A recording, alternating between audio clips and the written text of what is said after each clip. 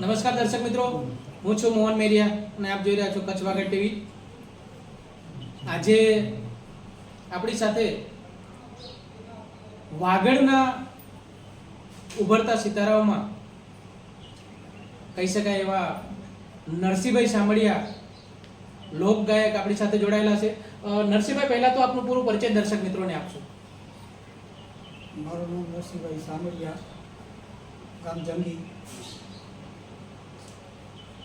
નરસિંહભાઈ, તમે ગાયક કલાકાર તરીકે ધીરે ધીરે કરીને લોકચાહના મેળવી રહ્યા છો. ક્યાં સુધી અભ્યાસ કરેલો છે તમે? અભ્યાસ 8 સુધી. 8 સુધી ભણેલા છો. ઓકે. અને હાલમાં ખાસ કરીને તમારો વ્યવસાય શું? મુખ્ય કામગીરીમાં શું કામગીરી કરો છો? બાંધકામ. બાંધકામ. બરાબર છે. તો આ બાંધકામ કરતા કરતા તમને ગાવાનો કેવી રીતે સૂઝ્યું? ગાવાનો શોખ તો મને પહેલાંથી જ હતો, પણ પેલા સમયના ગાળા પ્રમાણે કેમ કે થોડીક સ્ટેપ નથી મળતી અને હમણાંથી થોડીક સ્ટેપ મળતો આવ્યો. ગાવાની લાગણી પહેલાંથી જ છે. એટલે ગાવાનો મતલબ કંઈક તો આપણે ઘણી વખત જોતા હોય છે કલાકારોને કે કોઈના દાદા તરફથી હોય છે, કોઈના દાદી તરફથી હોય છે, કુટુંબ પરિવારમાં કોઈના તરફથી હોય છે, અથવા તો કોઈક ગાયક કલાકારને પ્રેરાઈને હોય છે. તો તમને એવું ક્યારથી લાગ્યું કે ખરેખર તમારે ગાવું છે? એટલે અમારા દાદા ને વડીલોની બધા ભજન ને એવું બધું કરતા, બરોબર. પછી અમને એવો થોડો થોડો શોખ હતો અને ક્યાંક મંદિરે કે ગમે ત્યાં આ રામદેવપીરનું મંદિર છે, ગમે ત્યાં આજુબાજુનો પ્રોગ્રામ હોય તો અહીંયા પણ અમે તે ભજન ગાતા. બરાબર. બરાબર. પણ હમણાંથી 2 વર્ષથી બહુ લાગણી થઈ ગઈ. ગાવાનો શોખ એટલો ભરાઈ આવ્યો કે વાત જ નથી પૂછો. અચ્છા, તો ગાવાનો શોખ તમે વાત કરો છો કે તમને નાનપણથી ગાવાનો શોખ હતો અને મુખ્ય કામગીરીમાં તમારું બાંધકામનું કામકાજ છે. તો આ તમારા પોતાના કામકાજમાંથી તમને ગાવા માટે થઈને ટાઈમ મળી શકે છે ખરું? ટાઈમમાં તો એવો કે આખો દિવસ કામે ગયા હોય, પછી સાંજના ઘરે આવી 6 વાગે, એટલે 2 કલાક પછી અમે 3 કલાક ગાવામાં પ્રેક્ટિસ કરતા હોઈએ છીએ. અચ્છા, એટલે એના માટેની જે ટ્રેનિંગ છે, એનું જે રિયાઝ છે, તમે પોતે તમારા ઘરે કરો છો? હા, ઘરે જ. અચ્છા, તો આપણે સાંભળતા હોઈએ છીએ ઘણી વખત કે ઘણા કલાકારો જે છે એની તૈયારી માટે થઈને બહાર ટ્રેનિંગ મેળવતા હોય છે. તો તમે અત્યાર સુધી એવી કોઈ ટ્રેનિંગ લીધેલી ખરી કે તમને કેવી રીતે ખાસ કરીને એવું લાગ્યું કે હું પરફેક્ટ ગાઈ શકું છું? એટલે ટ્રેનિંગ તો મારી ઘરે જ. પહેલા નંબરમાં કે અહીંયા મંદિરે છે, અમારે અહીંયા વર્ષ પ્રોગ્રામ થાય છે, બરાબર. 2-3 પ્રોગ્રામ અમારે હોય જ છે અહીંયા. એટલે અમે 2 ભજન ક્યારેક હું ગાતો, બરાબર. અને વધારે પ્રેક્ટિસ તો હમણાંથી મેં ઘરે બહુ કરું છું. ખાસ કરીને ગાવાની વાત કરીએ તો તમને શું ગાવું સૌથી વધારે ગમે છે? ભજન, લોકગીત કે હિન્દી ગીતો છે કે તમે શું ગાઓ છો? ગાવામાં તો મને ભજન, લોકગીત, ગરબા આવું બધું. હિન્દી ગીતમાં એટલો બધો રસ નથી. અચ્છા, તો અત્યારે તમારી પસંદગીનું જે તમને ગમતું હોય એવું જે બી કંઈ ગીત હોય એની 2 કડી દર્શક મિત્રોને સંભળાવશો? વીરમ દેના વીરો લાલા, લાડકડાય જમલ ના જાયા, દેવ હો મારા દ્વારિકા વાળા, હોરે રણુ જાન રામ દે, નેડલે મુને નિંદરા નાવે, ભોજનિયા મને મૂળ નો ભાવે, હોરે રણુ જાન રામ દે, ઉર્માઈની યાદિયું આવે, હોરે રણુ જાન રામ દે. ખૂબ સરસ. નરસિંહભાઈ, પરિવારમાં કોણ કોણ છો તમારે? પરિવારમાં મારા બાપા છે અને 3 ભાઈ છે, મારી માં છે, મારા છોકરા. અને તમારા પિતાજી વ્યવસાય શું કામ કરે? બાંધકામ. અચ્છા, અને ભાઈઓ બધા? બધા બાંધકામ. બધા બાંધકામ સાથે જોડાયેલા છે. ઓકે. મતલબ તમે બાળપણથી તમને ગાવાનો શોખ છે અને તમને હવે કેમ એવું લાગ્યું કે ના ખરેખર હું ગાઈ શકું છું? હવે પહેલાં સ્ટેપ એક નંબર પકડાતો અને હવે એક જાતનો સ્ટેપ પકડાઈ ગયો, કે ઢબ પકડાઈ ગઈ એક જાતની. સમયના ગાળા પ્રમાણે શું લતા નીકળી શકતા. બરાબર છે. તો આજે ખાસ કરીને તમે રામદેવ પીરનું ભજન ગાયું છે, તો આજે મારા ખ્યાલથી બીજ છે, હા, તો બીજના દિવસે રામદેવ પીરને લગતા ઘણા બધા કાર્યક્રમો થતા હોય છે. લોકો પદયાત્રાઓ કરીને રણોજા સુધી પણ જતા હોય છે. તો તમે ક્યારે રામદેવ રાતે ગયેલા ખરા? હા, ઘણી વખત. બરાબર છે. અને હમણાં ખાસ કરીને રામદેવ પીરની વાત કરીએ તો રામદેવ પીર માટે થઈને ઘણું બધું ગવાયું છે. તો એમાં તમે કંઈ નવું કંઈ બનાવેલું હોય તમારું પોતાનું એવું કંઈ ખરું? હા, હમણાં જ આજે જ બીજના જ રિલીઝ કર્યું રામદેવપીરનું. જાતે જ બનાવ્યું, જાતે જ બધું શું સંગીતમાં. તો એની બે કડી દર્શક મિત્રોને સંભળાવો. પીર તારા ઊંચા દેવળ નીચા મોલ, એ નીલા પીળા ને જાફર કે રે લોલ. એ પીર તારી અખંડ જો તું થાતી રણુજા ધામ મારે લોલ. ખૂબ સરસ. ખાસ કરીને ગાયનની વાત કરતા હોય તો ઘણી બધી જગ્યાએ લોક ડાયરાઓ થતા હોય છે, ભજનના કાર્યક્રમો થતા હોય છે. તો આવા કાર્યક્રમો તમે કરો છો ખરા, જાઓ છો ખરા તમે ગાવા માટે? હવે આપણે કેમ કે તૈયારી આપણી ફૂલ છે, એટલે હવે આપણે ક્યાંય પણ પ્રોગ્રામ કે મળશે તો આપણે જશો. હા. એટલે અત્યાર સુધીમાં તમે કોઈ પ્રોગ્રામ કે સ્ટેજ પ્રોગ્રામ એવું કંઈ કર્યું નથી, પણ હવે કદાચ તમને મોકો મળે તો 100% તમે જશો. ઓકે. ભજનની વાત કરતા હોઈએ તો ભજનમાં તમને કેવા પ્રકારના ભજનો તમને ગમે છે?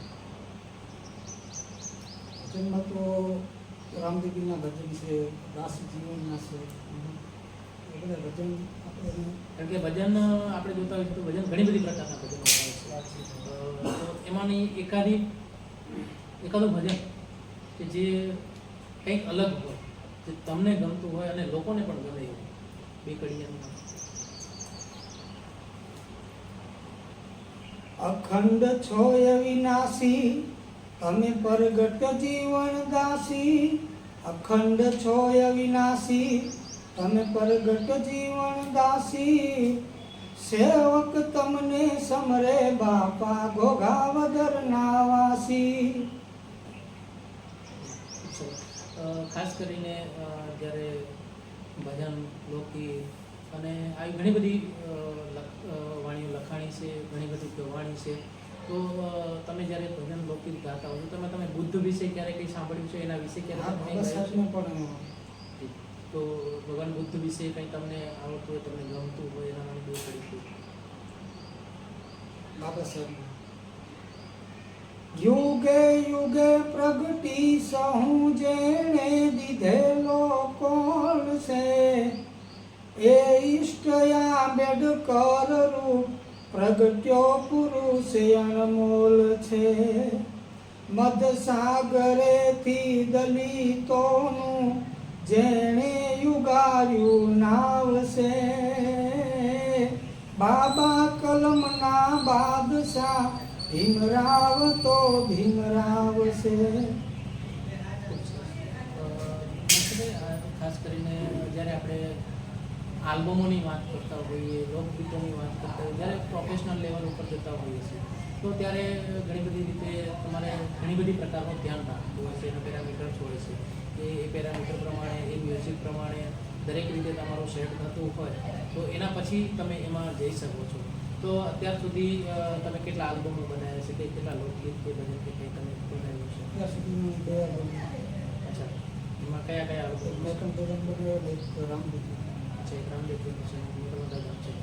તો મેકરણ દાદાનું કયું છે? એની બે કડી.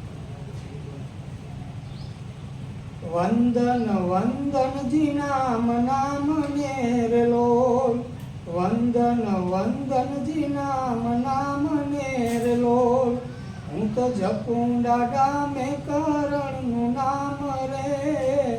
હારે વંદન વંદનજી નામ નામ નેરલોલ.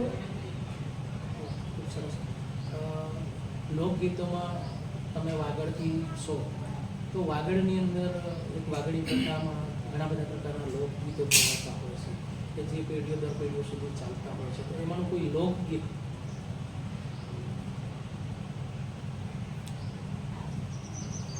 સાયબા સડકું બંધાવ આજ મારે વાગડ જાવું સાયબા સડકું બંધાવ આજ મારે વાગડ જાવું. નરસિંહભાઈ, ખાસ કરીને વ્યવસાયની વાત કરતા હોઈએ તો વ્યવસાયમાં તમે જે બાંધકામની વાત કરો છો તો એમાં તમારું ઘર ચલાવવા માટેનો શું મતલબ ખાસ કરીને વ્યવસાય છે, કેવી રીતે તમારું ગુજરાન ચલાવો? અમારે બાંધકામ ધંધો એટલે અમારું કામ છે કે તમે અમારા ઉપર રાખીએ. બરાબર. એટલે મકાન જે બનાવવાનું હોય મકાન એટલે બનાવવાનું હોય અમારે એમાં રીતે આખું બનાવી પૂરો કમ્પ્લીટ કરીએ. બરાબર. અને એમાં ખાસ કરીને તમારે મજૂરો વગેરેની પણ જરૂર પડતી હોય છે તો એમાં મજૂરો બહારથી લાવવા પડતા હોય છે કે ના, બહારથી તમારા નહીં. પરિવારના મજૂરો અમારા પરિવારના પરિવારના મજૂરો તમારી સાથે જોડાયેલા હોય છે. અને અત્યારે તમે 3 ભાઈઓ કીધા અને તમારા પિતાશ્રી છે તો બધા સંયુક્તમાં રહો છો કે બધાનો પોતપોતાનો અલગ અલગ? પોતાનું બધું આમ જમવાનું અલગ છે, બાકી બધા શું બરાબર. કામકાજમાં અને વ્યવહારિક રીતે સામાજિક વ્યવહાર બધું હા. સાથે મળીને કરો છો. ખૂબ સરસ વાત છે. અને ખાસ કરીને જ્યારે વાગડની વાત કરતા હોઈએ અને બહુજન સાહિત્યની જ્યારે વાત કરતા હોઈએ છીએ તો બહુજન સાહિત્ય વિશે તમે અત્યાર સુધી શું સાંભળ્યું છે? બહુજન સાહિત્ય અને બહુજનો વિશે તમે કેવા ભજનો કે લોકગીત કે એવું કંઈ તમે સાંભળ્યું છે? બસ બાબા સાહેબ વિશે સાંભળ્યું છે? ઘણા બધા ચાલુ છે. બરાબર. ખૂબ સરસ વાત છે નરસિંહભાઈ, આટલો બધો સમય ફાળવ્યો છે અને અમે દર્શક મિત્રોને પણ વિનંતી કરી છે કે વાગડની અંદર ધીરે ધીરે કરીને નરસિંહભાઈ જેવા ઘણા બધા કલાકારો ઉભરી રહ્યા છે. સૌથી જરૂર છે આમને પ્લેટફોર્મની. પ્લેટફોર્મ હશે તો આ લોકોને આગળ લાવવા માટે સરળતા રહેશે. તો ખાસ કરીને લોકગીત માટેના કાર્યક્રમો હોય, ભજનો માટેના કાર્યક્રમો હોય, સંતવાણીના કાર્યક્રમો હોય તો જ્યાં બી તમને નરસિંહભાઈની જરૂર લાગે તો તમે નરસિંહભાઈનો અવશ્ય સંપર્ક કરી શકો છો. નરસિંહભાઈ જંગી ગામમાં રહે છે અને નરસિંહભાઈ તમારો મોબાઈલ નંબર એક વખત દર્શક મિત્રોને કહી દો કે ડાયરેક્ટ કોઈને બી સંપર્ક કરો તો સીધા ડાયરેક્ટ તમારો સંપર્ક કરી શકે. મારો મોબાઈલ નંબર યુટ્યુબ ચેનલમાં છે આપેલો અને મારો મોબાઈલ નંબર છે 551091 બરાબર છે. દર્શક મિત્રો, આ નરસિંહભાઈનો પોતાનો મોબાઈલ નંબર છે એટલે કોઈને પણ ડાયરેક્ટ તમારે અગર સંપર્ક કરવો હોય તો નરસિંહભાઈનો તમે ડાયરેક્ટ સંપર્ક કરી શકો છો અને એમને તમારા પોતાના કાર્યક્રમમાં પણ બોલાવી શકો છો. તમારે કોઈ પણ જાતનો આલ્બમ બનાવવો હોય, કોઈ પણ જાતનું લોકગીત બનાવવું હોય તો પણ તમે નરસિંહભાઈનો સંપર્ક કરી શકો છો. ધન્યવાદ.